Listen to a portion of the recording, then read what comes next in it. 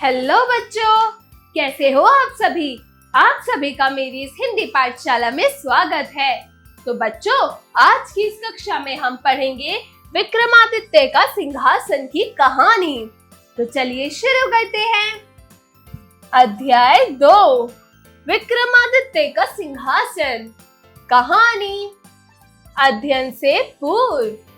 तो बच्चों, यहाँ कुछ महान राजाओं के आपको चित्र दे रखे हैं, जैसे कि चंद्रगुप्त मौर्य, राजा कृष्णदेव राय, सम्राट अशोक और सम्राट मिहिर भोज। आपको इन चित्रों में दिए गए राजाओं के बारे में जानकारी एकत्रित कर लिखना है। कहानी का मूल तत्व। सम्राट विक्रमादित्य की तरह हमें भी न्यायप्रिय होना चाहिए।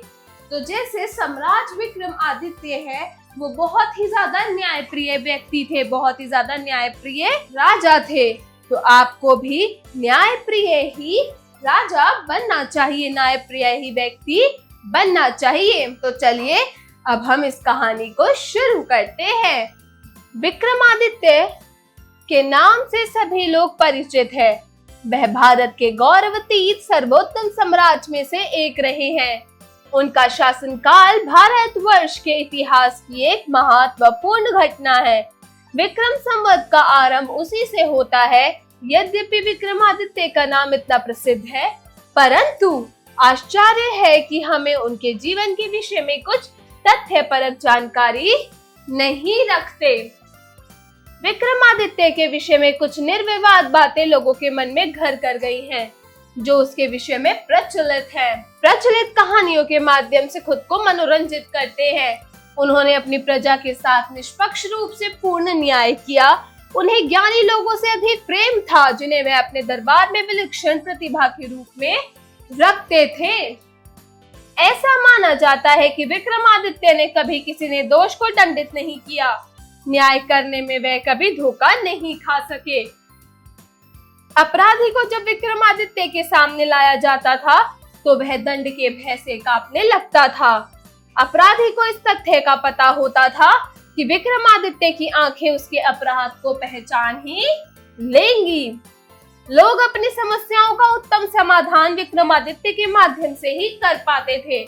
उसके पश्चात भी यदि भारत में कोई न्यायाधीश अपनी पूर्ण योग्यता से निर्णय सुनाता था, तो उसके बारे में कहा जाता था कि वह विक्रमादित्य के न्याय सिंहासन पर बैठा होगा। तो लोग विक्रमादित्य को इतना न्यायपूर्ण व्यक्ति मानते थे कि उनका कहना था कि विक्रमादित्य सिर्फ और सिर्फ न्याय ही करते हैं। और अगर किसी और देश, किसी और राज्य में अगर कोई भी राजा न्याय करता था, कोई भी राजा सत्य का साथ देता था, न्यायपूर्ण अगर निर्णय सुनाता था, तो उसे लोग कहते थे कि विक्रमादित्य के सिंहासन यानी न्याय सिंहासन पर यह राजा बैठा होगा। विक्रमादित्य ने अपने राज्य की राजधानी उज्जैन को बनाया था। प्राचीन काल में उज्जैन नगरी कला और संस्कृति का केंद्र थी, परंतु समय के साथ साथ इस नगरी के महत्व को लोग भूलते गए। जिस न्याय सिंहासन पर बैठकर विक्रमादित्य न्याय करते थे, उसे भी समय के चलते लोग विस्मृत करते गए। उनका स्वर्णिम काल गए जमाना की बात हो गई। विक्रमादित्य का पुराना किला मात्र अवशेष बनकर रह गया है, जिसके टूटे फूटे खंडरों पर घास और वृक्ष उग गए हैं। एक समय की बात है, निकटवर्ती गांव के लोग सायंकाल के समय गुजरते हुए वहां किले के आसपास ठहर जाते थे। पशु चरवाहे उसके चारों ओर एकत्रित हो जाते और खेलने के पश्चात एक साथ घर लौटते थे। उज्जैन के पास गांव के चरवाहों के लड़के चारागाह में हंसी मजाक करके समय गुजारने के अनुभवी थे। वह दिन भर खेलते रहते और मवेशी चराकर अपना पेट भरते थे। एक दिन बच्चों को खेलने के लिए मनोहारी मैदान मिल गया। उबड़ खाबड़ मैदान वृक्षों के बीच स्थित था। मैदान के बीच में स्थित टीला किसी न्यायाधीश के सिंहासन की तरह लग रहा था। एक लड़का दौड़कर सिंहासन पर जा बैठा और बोला, लड़कों, मैं अब न्यायाधीश बनूंगा और तुम सब अपने मुकदमे मेरे पास लाओगे। मैं तुम्हारी सुनवाई करूंगा। तो दूसरे लड़के ने जब यह तमाशा देखा, तो वह झगड़ा करने लगा। प्रत्येक दल ने अपनी अपनी बात कही। एक ने कहा अमुक खेत हमारा है और दूसरे ने कहा नहीं हमारा है। इस प्रकार वे कहते गए। वे सब चाहते थे कि वे इस झगड़े को निपटाएं। तभी वहां के वातावरण में परिवर्तन हुआ। सभी को विचित्र सा एहसास हुआ। टिले पर बैठने से पहले जो लड़का साधारण दिखाई देता था, अब बिल्कुल भिन्न यानी कि बिल्कुल ही अलग दिखाई दे रहा था। वह शांत और गंभीर हो गया था और उसके बातचीत का ढंग भी, मुख मुद्रा इतने अद्भुत और प्रभावशाली हो गए थे कि शेष लड़के उससे आतंकित होते गए। फिर भी उन्होंने सोचा कि यह केवल मजाक है और फिर एक नया मुकदमा उसके सामने रखा और एक बार फिर उसने अपना निर्णय सुना दिया। इस प्रकार घंटों तक यह क्रम चलता रहा। न्यायाधीश के सिंहासन पर बैठा हुआ वह उसी गंभीरता से लौटने के समय तक शिकायत सुनकर निर्णय देता रहा। फिर अपने स्थान से नीचे कूदा और दूसरे चरवाहा लड़कों के समान हो गया। इसके बाद से वह चरवाहा लड़के इतना प्रसिद्ध हुआ कि सभी पचैती झगड़े उसके सामने रखे जाते थे और बार बार वैसा ही होता था। जब वह उस स्थान से नीचे उतर कर आता तो उसमें अन्य लड़कों में कोई अंतर न होता था। तो जब ये व्यक्ति, ये लड़का जब ये टिले पे बैठता था तो वह अपने आप को न्यायाधीश की तरह हर किसी को हर झगड़े में न्यायपूर्ण फैसला, न्यायपूर्ण निर्णय सुनाता था। लेकिन जब वो स्थान से नीचे उतरता था तो वो बाकी लड़कों के समान हो जाता था। उसमें और बाकी लड़कों में कोई भी अंतर नहीं होता था। धीरे धीरे निकट दूर सभी गांवों की बड़ी अवस्था के सभी स्त्री पुरुष अपने झगड़े उस चरवाहे के लड़के के सामने लाने लगे और वहां सदैव उन्हें ऐसा निर्णय मिलता था जिससे दोनों दल मान लेते थे और संतुष्ट होकर चले जाते थे। अपनी राजधानी में बैठकर जब ऐसी खबरों का आभास राजा के कानों में पड़ा तो उसने तुरंत अनुमान लगा लिया कि वह जरूर राजा विक्रमादित्य का न्याय सिंहासन होगा। फिर वह विचार मग्न होकर सोचने लगा कि पत्थर पर बैठने मात्र लड़के में न्यायिक ज्योति आ सकती है, तो हमें क्यों न गहराई में खोदकर सिंहासन ढूंढ लेना चाहिए। तत्पश्चात मैं भी विवादों का श्रवण करके न्याय निर्णय करूंगा। कुदालों और फावड़ों से वह घास का टिला खोदा गया। वह लड़का जो स्वयं न्यायाधीश बनता था बड़ा दुखी हुआ। उसने ऐसा अनुभव किया जैसे उसकी कोई अति प्रिय वस्तु उससे छीनी जा रही हो। अंत में श्रमिकों ने कोई वस्तु देखी। उन्होंने उसे खोला तो उसके नीचे काले संगमरमर को चौकोर तख्त पाया जो पत्थर के 32 देवदूतों के हाथों और पंखों पर टिका हुआ था। अवश्य ही वह विक्रमादित्य का सिंहासन था। खुशी खुशी उसे नगर में लाया गया और न्याय कक्ष में रखा गया। तो राजा ने अपनी प्रजा को 3 दिन तक उपवास रखने और प्रार्थना करने का आदेश दिया और घोषणा की कि चौथे दिन में सार्वजनिक रूप से सिंहासन पर बैठेगा। अंत में वे दिन आया और राजा को अपना सिंहासन ग्रहण करते हुए देखने के लिए भारी भीड़ जमा हो गई। एक बड़े कक्ष में होते हुए राजा के साथ राजा के पुरोहित और सेनापति भी आए और जब वे सिंहासन के पास आए तो 2 पंक्तियों में बट गए। राजा उनके बीच से गुजरे और जब राजा सिंहासन पर बैठने ही वाले थे तो उनमें से एक देवदूत ने बोलना शुरू किया। उसने कहा, रुको, क्या तुम स्वयं को विक्रमादित्य के न्याय सिंहासन पर बैठने के योग्य समझते हो? क्या तुम इतने योग्य हो कि तुम विक्रमादित्य के इस न्याय सिंहासन पर बैठ सको? क्या तुमने ऐसे राज्यों पर शासन करने की इच्छा नहीं की जो तुम्हारे नहीं थे?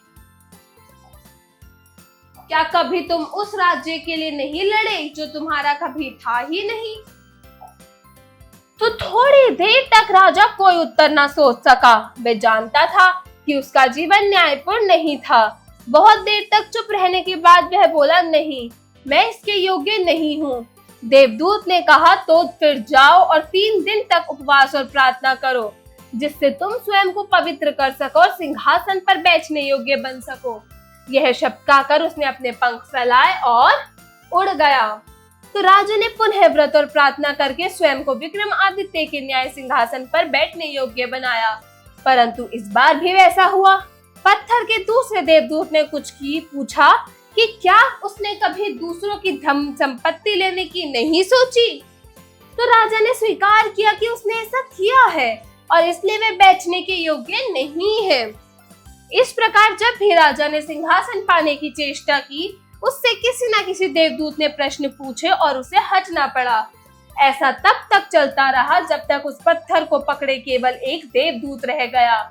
राजा बड़े आत्मविश्वास के साथ सिंहासन के पास गया, क्योंकि उसे लग रहा था कि उस दिन उसे अवश्य ही अपना स्थान करने की अनुमति मिल जाएगी। परंतु जैसा वह सिंहासन के पास पहुंचा, अंतिम देवदूत बोला, ए राजा, क्या तुम्हारा हृदय बच्चे के समान बिल्कुल शुद्ध है? यदि ऐसा है तो तुम वास्तव में सिंहासन पर बैठने योग्य हो। तो राजा ने बहुत धीरे से कहा, नहीं नहीं, मैं इसके योग्य नहीं हूँ। यह सुनते ही देवदूत उस सिंहासन को अपने सिर पर रखकर आकाश में उड़ गया। इस प्रकार विक्रमादित्य का न्याय सिंहासन सदा के लिए पृथ्वी से लुप्त हो गया, पृथ्वी से गायब हो गया। चलिए अब शब्दार्थ पढ़ते हैं। शब्दार्थ तथ्य मतलब आवश्यक बातें या फिर जिनसे सूचनाएं प्राप्त हो। निकटवर्ती मतलब समीप के या नजदीक के। मनोहारी मतलब आकर्षक या मन को अच्छा लगने वाला। निर्णय मतलब फैसला। मुकदमा मतलब वाद विवाद। न्यायाधीश मतलब न्याय करने वाला। उच्चारण करें। तो बच्चों, यहाँ आपको कुछ शब्द दे रखे हैं, आपको इन शब्दों का सही उच्चारण करना सीखना है। तो चलिए मेरे साथ इन शब्दों के उच्चारण कीजिए। विक्रमादित्य, गौरवातीत, आश्चर्य, न्यायाधीश, प्राचीन काल। तो बच्चों चलिए, जो पाठ अब हमने पढ़ा हम उसका थोड़ा सा अभ्यास करेंगे, यानी कि अभ्यास कार्य शुरू करेंगे। तो चलिए मेरे साथ इस अभ्यास कार्य को शुरू कीजिए। अभ्यास कार्य, जरा बताइए। Speaking skills. प्रश्न 1, दिए गए प्रश्नों के उत्तर बताइए। तो बच्चों यहाँ पर आपको कुछ प्रश्न दिए गए हैं, आपको इन प्रश्नों को ढंग पूर्वक पढ़ना है और पाठ के आधार पर इस प्रश्नों के उत्तर देने हैं बोलकर। तो चलिए शुरू करते हैं।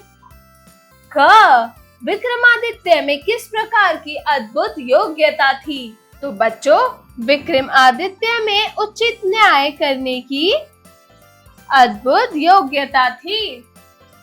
ख, प्रसिद्ध सम्राट विक्रमादित्य अपने दरबार में किस प्रकार के लोगों को रखते थे? तो बच्चों किस प्रकार के लोग रखते थे?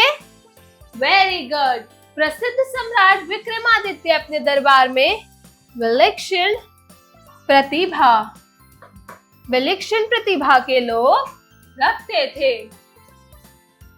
ग, प्राचीन काल में उज्जैन को किस प्रकार की प्रसिद्धि हासिल थी? कला और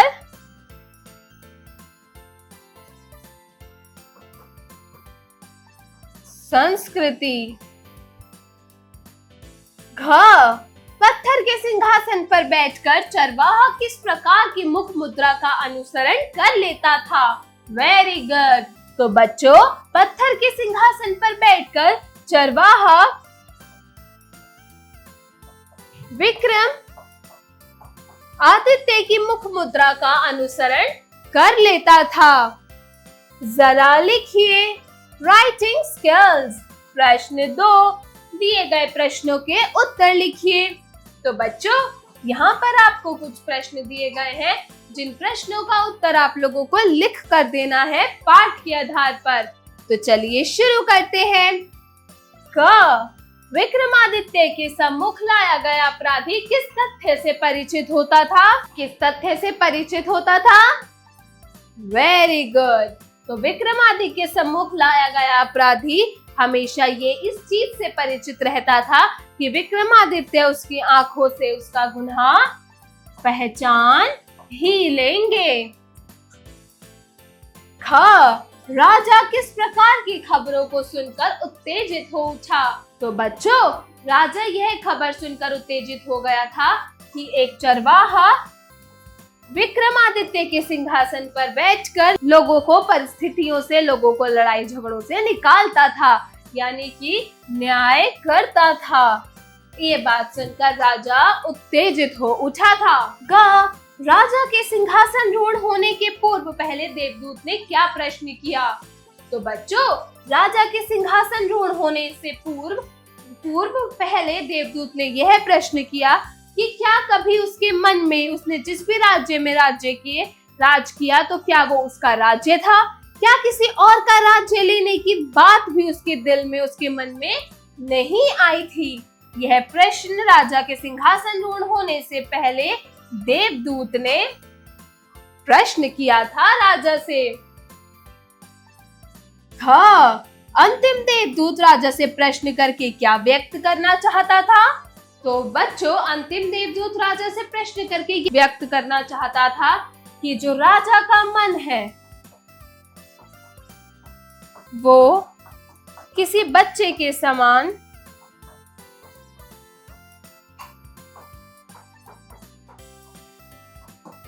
निश्चल, किसी बच्चे के हृदय के समान उसका जो मन है, उसका जो हृदय है, वो निश्चल है या नहीं। सिंहासन के नगर आगमन पर राजा ने क्या घोषणा की? तो जैसे ही सिंहासन का नगर आगमन हुआ था, राजा ने घोषणा की कि सब 3 दिन तक का उपवास रखकर चौथे दिन राजा सारे रीति रिवाजों के साथ सिंहासन पर विराजमान होगा, अपना राज्याभिषेक कराएगा, राज तिलक कराएगा और सिंहासन पर पहली बार बैठेगा चौथे दिन। चलिए अब अगले प्रश्न की ओर बढ़ते हैं। प्रश्न 3, दिए गए वाक्यों में रिक्त स्थानों की पूर्ति कीजिए। तो बच्चों, यहाँ आपको कुछ वाक्य दिए गए हैं। इन वाक्यों को पढ़ के आपको दिए गए रिक्त स्थानों में शब्द भरकर इन वाक्यों को पूरा करना है। तो चलिए शुरू करते हैं। विक्रमादित्य ने कभी किसी डैश को दंडित नहीं किया। किसको? वेरी गुड, निर्दोष को। विक्रमादित्य ने कभी किसी निर्दोष को दंडित नहीं किया। राजा विक्रमादित्य का पुराना किला मात्र क्या बनकर रह गया? वेरी गुड, खंडर बनकर रह गया। डैश पर बैठने से जो लड़का साधारण दिखाई देता था, अब बिल्कुल भिन्न दिखाई दे रहा था। कौन? चट्टान पर बैठकर जो लड़का साधारण दिखाई देता था, वो बिल्कुल भिन्न यानी कि अलग दिखाई दे रहा था। अगला वाक्य है, श्रमिकों ने जब अति प्रिय वस्तु को खोला तो उसके नीचे क्या मिला? काले संगमरमर का चौकोर तख्त पाया। अगला वाक्य है, जब भी राजा ने डैश पाने की चेष्टा की, उससे किसी न किसी देवदूत ने प्रश्न पूछे और उसे हटना पड़ा। क्या पाने की चेष्टा थी? वेरी गुड, सिंहासन। जब भी राजा ने सिंहासन पाने की चेष्टा की, उसे किसी न किसी देवदूत ने प्रश्न पूछे और उसे हटना पड़ा। चलिए अब हम अगले प्रश्न की ओर बढ़ते हैं। प्रश्न 4, उचित विकल्प पर सही का चिन्ह लगाइए। तो बच्चों, आपको यहाँ पर कुछ प्रश्न दे रखे हैं। आपको इन प्रश्नों को पढ़ना है और इन प्रश्नों के 4 जो विकल्प दे रखे हैं, आपको उन विकल्पों को भी पढ़कर आपको सही विकल्प के आगे सही का चिन्ह लगाना है। तो चलिए शुरू करते हैं। सम्राट विक्रमादित्य की राजधानी कहाँ स्थित थी? उज्जैन, पंचमढ़ी, प्रयाग और अवध। कहाँ पर थी? Very good, Ujjain. लड़का कौन से अभिनय को करते हुए चेहरे पर सीधा कर गंभीर मुद्रा में बैठ गया? सिपाही, मंत्री, न्यायाधीश या फिर इनमें से कोई भी नहीं था? वेरी गुड, लड़का न्यायाधीश अभिनय को करते हुए चेहरे को सीधा कर गंभीर मुद्रा में बैठ गया। चारागाह के पास का खंडहर किसी का महल हुआ करता था। किसका? भोज का, अशोक का, श्रीगुप्त का या विक्रमादित्य का? किसका? वेरी गुड, विक्रमादित्य का। राजा अपने जीवन के बारे में क्या जानता था? कि वह कभी सफल नहीं हुआ, वह न्यायपूर्ण नहीं था, वह निरर्थक था या इनमें से कोई नहीं था? Very good. तो राजा अपने जीवन के बारे में जानता था कि वह न्यायपूर्ण नहीं था, उसने कभी भी न्याय नहीं किया। चलिए अगले प्रश्न को देखते हैं। प्रश्न 5, सही विकल्प पर सही अथवा गलत विकल्प पर गलत का चिन्ह लगाइए। तो बच्चों, यहाँ जो आपको वाक्य दे रखे हैं, इन वाक्यों को पढ़िए।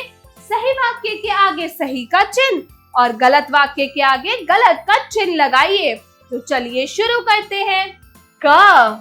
राजा विक्रमादित्य निष्पक्ष रूप से पूर्ण न्याय किया करते थे। क्या ये वाक्य सही है? वेरी गुड, ये वाक्य बिल्कुल सही है।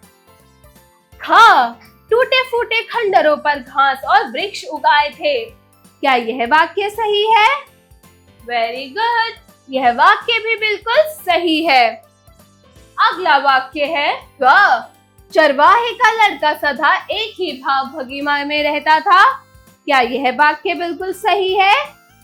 नहीं, यह वाक्य सही नहीं है, तो हम इसके आगे गलत का चिन्ह लगाएंगे। अगला वाक्य है टीले को खोदने के लिए कुछ विशेष प्रकार के यंत्रों का प्रयोग किया गया था। क्या यह वाक्य सही है? वेरी गुड, यह वाक्य बिल्कुल सही है, तो हम इसके आगे सही का चिन्ह लगाएंगे। राजा विक्रमादित्य का सिंहासन सदा के लिए पृथ्वी से लुप्त हो गया था। क्या यह वाक्य ठीक है? वेरी गुड, यह वाक्य बिल्कुल सही है, तो हम इसके आगे भी सही का चिन्ह लगाएंगे। तो चलिए अब हम अगले प्रश्न की ओर बढ़ते हैं। प्रश्न 6, सही मिलान कीजिए। तो बच्चों, यहाँ आपको कुछ शब्द दे रखे हैं, उनके सही शब्दों के साथ उनका मिलान करना है। तो चलिए शुरू करते हैं। सम्राट कौन था? विक्रमादित्य। चरवाहे का लड़का क्या करता था? न्याय, तो वो था न्यायाधीश। विचित्र मुख मुद्रा किसकी हो जाती थी? वेरी गुड, लड़के की। न्याय का क्या था? सिंहासन। देवदूतों की संख्या क्या थी? Very good, 32। जरा सोचिए, क्रिटिकल थिंकिंग। प्रश्न 7, सदाचारी और दुराचारी व्यक्ति एक दूसरे से किस प्रकार भिन्न होते हैं? सोच समझकर बताइए। सदाचारी मतलब जो अपने जीवन में हमेशा अच्छे काम करता है, सत्य का पालन करता है, कभी किसी का दिल नहीं दुखाता है, हमेशा सच्चाई और अच्छाई की राह पर चलता है। दुराचारी व्यक्ति जो हमेशा बुरे काम करता है, बुराई के रास्तों पर चलता है, कभी किसी की इज्जत नहीं करता। तो ये दोनों व्यक्ति एक दूसरे से कैसे अलग होते हैं? सोचिए और इसका जवाब अपनी अपनी नोटबुक्स में लिखिए। अगला प्रश्न है, जरा भाषा पर गौर कीजिए। Language skills. प्रश्न 8, दिए गए शब्दों को विच्छेदित करते हुए लिखिए। तो बच्चों, यहाँ आपको कुछ शब्द दे रखे हैं जिनका आपको संधि विच्छेद करना है, यानी कि तोड़कर लिखना है। तो चलिए शुरू करते हैं। न्यायाधीश, इसका संधि विच्छेद क्या होगा? वेरी गुड, न्याय जमा अधीश, न्यायाधीश। विक्रमादित्य। वेरी गुड, इसका संधि विच्छेद होगा विक्रम जमा आदित्य, विक्रमादित्य। सिंहासन। सिंह जमा आसन, सिंहासन।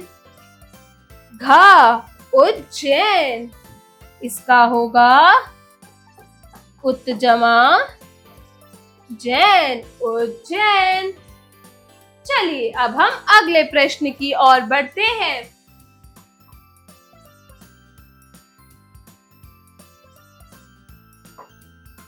प्रश्न 9, दिए गए शब्दों का शुद्धिकरण करके लिखिए। तो बच्चों, यहाँ पर आपको जो शब्द दे रखे हैं वो अशुद्ध यानी कि गलत स्पेलिंग्स में लिखे हुए हैं। आपको इनका शुद्धिकरण, इनको शुद्ध रूप में करके लिखना है। तो चलिए शुरू करते हैं। का पुरोहित।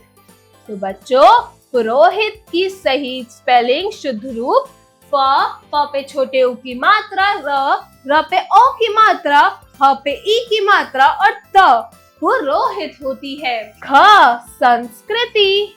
तो बच्चों, संस्कृति में आधा स, क पे र की मात्रा, संस्कृति। ग मुख मुद्रा और घ है प्रतिभा यानी कि प्रतिभा। तो इसमें प्रतिभा, इसका शुद्ध रूप है प्रतिभा। प्रश्न 10, दिए गए प्रत्ययों का प्रयोग करते हुए 3-3 शब्द निर्मित कीजिए। तो बच्चों, यहाँ आपको कुछ प्रत्यय शब्द दे रखे हैं, जैसे औटी, इय, उ, आप। इन प्रत्यय शब्दों से आपको 3-3 शब्द बनाने हैं। तो चलिए शुरू करते हैं। का औटी। औटी से हम बनाएंगे कसौटी, चुनौटी और लौटी। ख इयल। इयल से क्या बनाएंगे हम?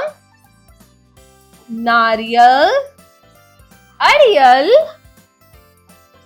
और जड़ियल।